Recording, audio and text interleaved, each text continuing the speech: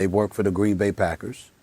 They're not going to come out and say but so much because they've got their own business to tend to, and they're not going to compromise their wallets. They know that they're not Aaron Rodgers. They don't have his money. They don't have his cachet. They don't have the level of support that he could ultimately garner. As a result, they have to be careful about what they say and what have you. And what is there to talk about? They know that Aaron Rodgers' willingness or unwillingness to be a Green Bay Packer has very little to do with them. They're 13-3 back-to-back NFC championship games. He knows they have talent, that they can compete. And Aaron Rodgers not wanting to be there has nothing to do with the players. It has everything to do with management and how he's been treated, and a coach in Matt LaFleur who Aaron Rodgers believes passes the buck every chance he gets. One defensive coordinator is gone. It's always somebody else's fault. It's never him. And so it's not that he's a bad guy per se.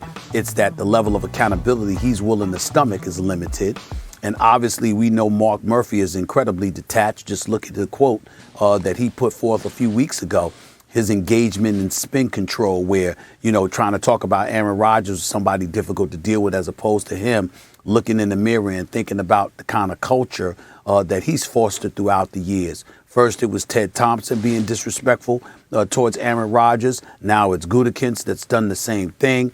Obviously, they have the support of Murphy because Murphy lets them know, no matter what you do, I'm going to support you because you're more important than our superstar quarterback. That's what's going on in Green Bay. The players know it, but they can't come out and say it because it would compromise their job situation. And that's very, very predictable. I'm buying this. Man, sorry. Go ahead, Swagoo. I'm just so sick of him with it. I'm so sick of Stephen A. with this dribble. Like, man, listen, man. Like, Aaron Rodgers got some responsibility in this. It ain't everybody else.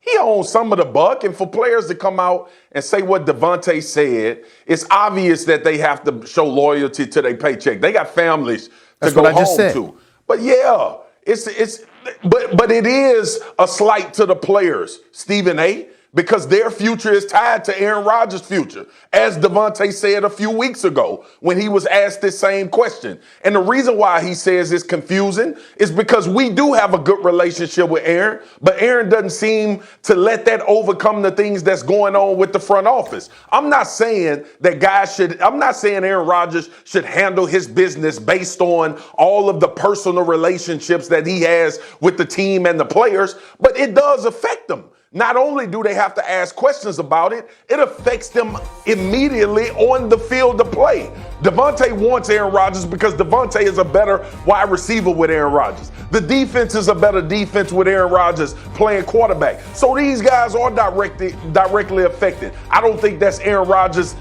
intention for those guys to be affected. But for those players and for everybody to talk about this situation like Aaron Rodgers is the one that should be pampered and we should take care of him and think about his feelings and beyond everybody else. No, other people got skin in the game as well. And so Davante is talking good about Aaron Rodgers, and he's saying that because he is in the Green Bay Packers organization. But the bottom line is, and the facts are, and the truth is that all of these guys, especially Davante Adams, is directly affected by the attitude and the things that Aaron Rodgers have taken towards the Green Bay Packers. I like well, you guys seem feisty, but I'm letting you go first, Max, but I'll deal with Marcus in a minute. I'm not sure what the argument is here. The question is, do you buy or sell what Davante Adams is saying? Like, do you believe him or not? I buy what Davante Adams is saying because, look, forget about the part where he says it's not something we talk about. Like, everyone accepts the fact that athletes have to lie sometimes. Just like, that's how it is. Like, he's lying about that. Of course, no one talks about the Green Bay Packers, whether or not Aaron Rodgers, the reigning MVP, is going to come back and they're ready to win a Super Bowl. Of course they talk about it. I'm not buying that part. But the real thrust of what he's saying, Davante Adams is saying this. I support Aaron Rodgers as a man, as my friend, right? As a colleague. Go do what's best for him. Of course, I hope he comes back here because he's great and we want to win. Now, if he doesn't, that's out of my control. I got to put my head down and be the best I can be. Guys, if if Jordan Love comes in and he's sailing passes over his head and he's missing them, and Davante Adams starts getting frustrated, and you go back to Davante Adams halfway through the season because Aaron Rodgers isn't there, and he gives you this same answer, well, no, I'm fine. Then I'll call BS, right? But that hasn't happened yet. At this moment, he's telling you the truth that he can tell you. I am buying. You know, Marcus Spears, you know, here's the thing that gets on my nerve about guys that like yourself. Because you see, like I tell you, the dangerous part about going up against me, Marcus Spears, is that I watch you because I enjoy you on television. You give exceptional analysis. You're very knowledgeable about the game of football. But you got to remember, you're talking to a brother that specializes in remembering quotes, my brother. And you got to also remember that I pay attention to personalities. And the fact of the matter is that Marcus Spears was a team player. Now, you got contaminated with your 8 years in Dallas. I get all of that. You got contaminated, having to be subjected to that nonsense, being a member of the Dallas Cowboys. Okay, you had to do that, right? But here's the thing. You know, Marcus Spears, if I remember correctly, he loved being in Dallas. It wasn't just the weather. It wasn't just the fact that it was in Texas. It was no state income taxes. He had an owner in Jerry Jones he liked a lot. He had a dude there, treated brothers with respect. You understand what I'm saying? Put you in the best positions to succeed, at least in his mind's eye. I'm talking about in terms of how y'all were treated. A la carte treatment, you know, being a cowboy. You understand? The star on the helmet, the $1 billion playpen, all of that other stuff. You living a life. You living a life. Oh, by the way, when you departed from Dallas, your last year in the NFL, who did you play for? I think it was the Baltimore Ravens. Another guy, John Harbaugh, straight up dude, very well respected organization. Wasn't Ozzie Newsome still there? I believe he was. Okay, absolutely. And we all know what an elite executive the great Ozzie Newsome was throughout his illustrious NFL career as a GM. So what I'm saying to you is this.